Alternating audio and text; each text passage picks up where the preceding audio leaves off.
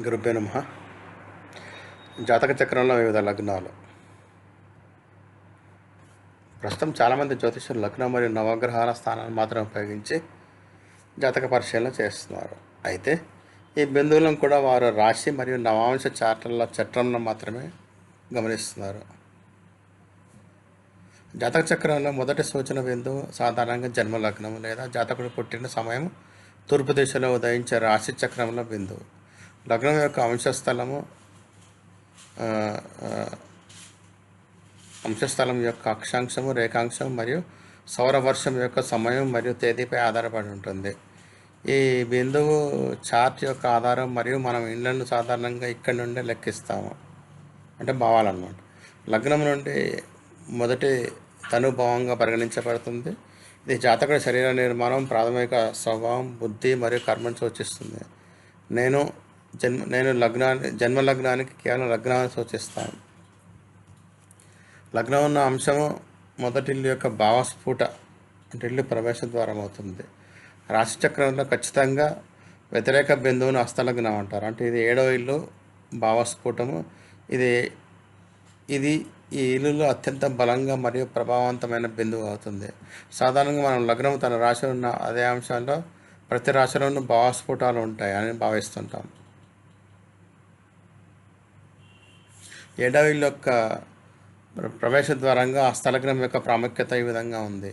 ఇది ప్రత్యేకించి వివాహము, వ్యాపార సంబంధాలను కూడా వ్యాపార సంబంధాలు కూడా ఉంటాయి. మన ప్రాథమిక అవగాహన సూచిస్తుంది. లగ్నం నుండి 7వ రాశి ఎల్లప్పుడూ దానికి అనుబంధంగా ఉంటుంది మరియు జాతకుడిలో లేని లేదా ఇతరులను ఆకర్షణీయంగా ఉండే వస్తువులను లేదా గుణాలను సూచిస్తుంది. ఇదే కారణంగా మన వ్యక్తిత్వ లక్షణాలను సమతుల్యం చేయడానికి మార్గాన్ని సూచిస్తుంది మరియు ఒకరి కోరికల దిశను కూడా సూచిస్తుంది. లగ్నము ఈ జీవితకాలం మరియు శరీరాన్ని సూచిస్తుంది. హస్తలగ్నము నిష్క్రమణ లేదా మరియు మరణము మరియు ఆత్మ యొక్క తదుపరి గమ్యాన్ని సూచిస్తుంది.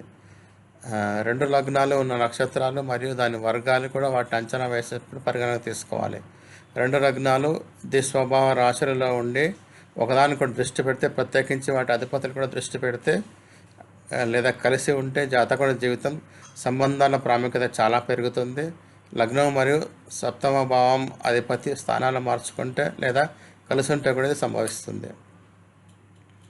టెక్నికల్ ఇక్కడ ఏంటంటే లగ్నము, మీరు పుట్టింది లగ్నము, సప్తమికి అంటే ఎగ్జాక్ట్గా ఆపోజిట్ 7వ భావం అనమాట. సో మనం పుట్టిన దాన్ని ఉదయ లగ్నం అంటారు, 7వ భావాన్ని హస్తలగ్నం అంటారు. అది ఇక్కడ మధ్య లగ్నము. ఇది స్థానిక మధ్యాహ్న సమయంలో సూర్యుడు జనన స్థలం యొక్క రేఖాంశాన్ని దాటినప్పుడు సూర్యుడు ఆక్రమించే బిందువు. మరో మాటలో చెప్పాలంటే సూర్యుడు మార్గంలో అత్యంత ఎత్తైన బిందువు. ఇది సాధారణంగా లగ్నం నుండి 10వ రాశిలో వస్తుంది. జనన సమయం భూమధ్య రేఖ వద్ద లేకపోతే దాని ఖచ్చితమైన అంశం పైన నిర్ణయించబడిన 10వ ఇల్లు యొక్క ప్రవేశ ద్వారం నుండి భిన్నంగా ఉండవచ్చు. కాబట్టి మధ్య లగ్నం యొక్క స్థాన లగ్నానికి సంబంధించిన జనం జరిగిన అక్షాంశంపై ఆధారపడి ఉంటుంది. మధ్య లగ్నం నుండి రాశి చక్రంలో ఖచ్చితమైన వ్యతిరేక బిందువును పాత లగ్నం అంటారు. ఇది బిందువుకు సాధారణంగా 4వ ఇల్లు వస్తుంది. సూర్యుడు మధ్య లగ్నములో ఉన్న అత్యధిక బిందువుని చేరుకుంటాడు. అందువల్ల అతను అక్కడ అత్యంత ప్రకాశవంతంగా ప్రకాశిస్తాడు మరియు గొప్ప ప్రభావాన్ని చూపిస్తాడు. ఇంకా ఈ జాతక చక్రంలో బిందువు బలంగా ఉంటే, శుభకరంగా ఉంటే మరియు కొన్ని ముఖ్యమైన గ్రహాలు లేదా సహమాల దగ్గర సంయోగం ఉంటే కనుక వృత్తిలో విజయం లభించవచ్చు. ప్రభావం మరియు అతని ప్రగతి మీద కూడా చూపిస్తుంది. మధ్య లగ్నానికి వర్గచాటల్లో మరియు దాని గోచారాల్లో కూడా చూడవచ్చు. ఈ వృత్తి మరియు ప్రభావానికి సంబంధించిన ముఖ్యమైన ఫలితాలు ఇస్తాయి. ఇక్కడ బేసిక్గా లగ్నము తూర్పు దిక్కున ఉన్నప్పుడు వస్తుంది కాబట్టి లగ్నాన్ని జన్మ లగ్నం, ఉదయ లగ్నం అంటారు. దాన్ని సప్తమాని హస్తలగ్నం అంటారు. 10th హౌస్ని మీరు మధ్యాహ్న లగ్నం అన్నట్టు. మధ్యాహ్నం టైంలో సూర్యుడు పీక్లో ఉంటాడు, 12 గంటలకు దాదాపు ఉంటాడు కాబట్టి 12 to 1 మధ్యన నడి నెత్తిన ఉంటాడు కాబట్టి పీక్ టైం అనమాట. అది 10th హౌస్ని మధ్య లగ్నం అంటారు. దానికి ఎగ్జాక్ట్గా ఆపోజిట్ 4th హౌస్. 4th హౌస్ని మీరు పాతాళ లగ్నం అంటారు అనమాట. అది అయితే పాతాళ లగ్నం 4వ ఇల్లు తల్లి, ఇల్లు, సంతోషం మరియు గుండె మరియు ఇతర సంబంధించిన విషయాలు యొక్క ప్రాంతంలో ప్రాముఖ్యత కలిగి ఉంటాయి. ఇది జాతక చక్రంలో అత్యంత దాచబడిన బిందువు. మళ్ళీ పాపగ్రహాలు పాతాళ లగ్నం దగ్గర సంయోగం చెందితే వ్యక్తిని నకారాత్మకంగాను చెడు లేదా చెడు ఉద్దేశంతో చేయవచ్చు మరియు అతని భావోద్వేగ సంతోషాన్ని చాలా వరకు పాడు చేయవచ్చు. జన్మలగ్నము D1 శరీర నిర్మాణము, D6 ఆరోగ్యము, D60 మునుపటి జన్మ, D24 చదువు మరియు తెలివి. హస్తలగ్నము D9 వివాహము, ఆధ్యాత్మికత, D20 ధర్మము, భక్తి. మధ్యలగ్నము D10 వృత్తి, D5 అధికారము, D11 D27 బలాలు, బలహీనతలు. పాతాళలగ్నం D4 నివాసము, D12 తల్లిదండ్రులు, D16 సంతోషం, D40 అమ్మవైపు బంధువులు. అయితే సూర్య మరియు చంద్రగ్రహాలు మనం రాశి చక్రం యొక్క నిర్మాణం మరియు గ్రహాల స్వభావాన్ని అధ్యయనం చేస్తే సూర్యుడు మరియు చంద్రుడు 2 అత్యంత ముఖ్యమైన గ్రహాలుగా చూస్తాము. ఎందుకంటే అవి భాచక్రం యొక్క అన్ని రాశులకు అధిపతులకు మరియు మిగిలిన గ్రహాలకు వాటి గుణాలను వివిధ మార్గాల్లో ప్రతిబింబిస్తాయి. సుదర్శన చక్రంలో మనం వాటి స్థానాలను లగ్నాలుగా కూడా ఉపయోగిస్తాం. జన్మలగ్నము శరీరం యొక్క దృష్టికోణం నుండి మరియు వ్యక్తి యొక్క అదృష్టాన్ని సూచిస్తాయి.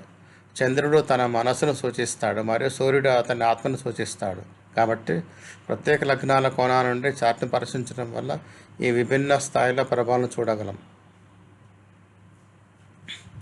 సూర్యుడు లగ్నంగా స్థానం నుండి అతని నుండి భావజాతకుడి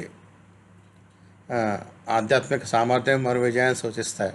సూర్యుడు అహంకారాన్ని సూచించడం వల్ల అతని జాతకుని వృత్తిపరమైన విజయము, ప్రభావము మరియు కీర్తిని సూచిస్తుంది. మరోవైపు చంద్రుడు మనస్సుపై సూక్ష్మమైన ప్రభావాన్ని సూచిస్తాడు మరియు అతని నుండి చంద్రుడి నుండి ఇంట్లో వివిధ భావాలన్నమాట.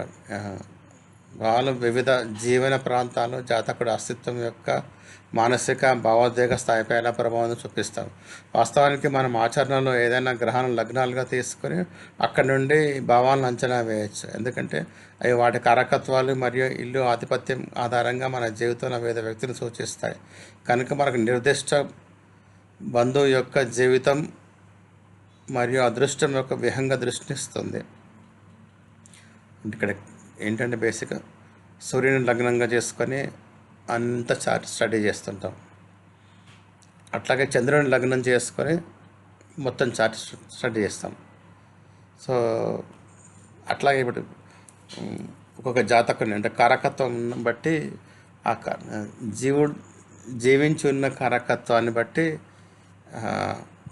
ఈ సూర్యుని ప్రభావము, చంద్రుని ప్రభావం కూడా క్యాలిక్యులేట్ చూస్తుంటాం అన్నమాట. సూర్యుడు మరియు చంద్రుడి యొక్క స్థానం మూలదశ నిర్ణయించడానికి కూడా ఉపయోగించబడుతుంది. చంద్రలగ్నానికి సంబంధించిన కొన్ని సంబంధిత వర్గ చార్ట్లు D9 మరియు D27 2 నక్షత్ర చక్రంతో బలంగా లింక్ అయి ఉంటాయి. సర్వతోభద్ర చక్రం మరియు సాధారణ గోచార చార్ట్లను అంచనా వేసేప్పుడు చంద్రలగ్నం పెరిగిన పాత్రను కూడా చూపిస్తుంది.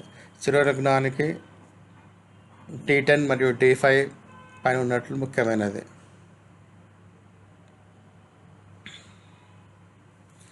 సూర్య మరియు చంద్రలగ్నాలు. సూర్యలగ్నం ఆత్మగౌరవం, వృత్తి విజయము. చంద్రలగ్నం మనస్సు, భావోద్వేగ, ఆత్మీయ స్థాయి.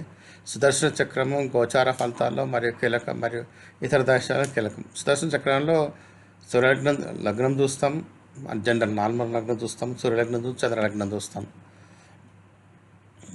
అట్లా ప్రధాన చార్ట్లు సూర్యలగ్నంకి D5 D10, చంద్రలగ్నం D9 D27.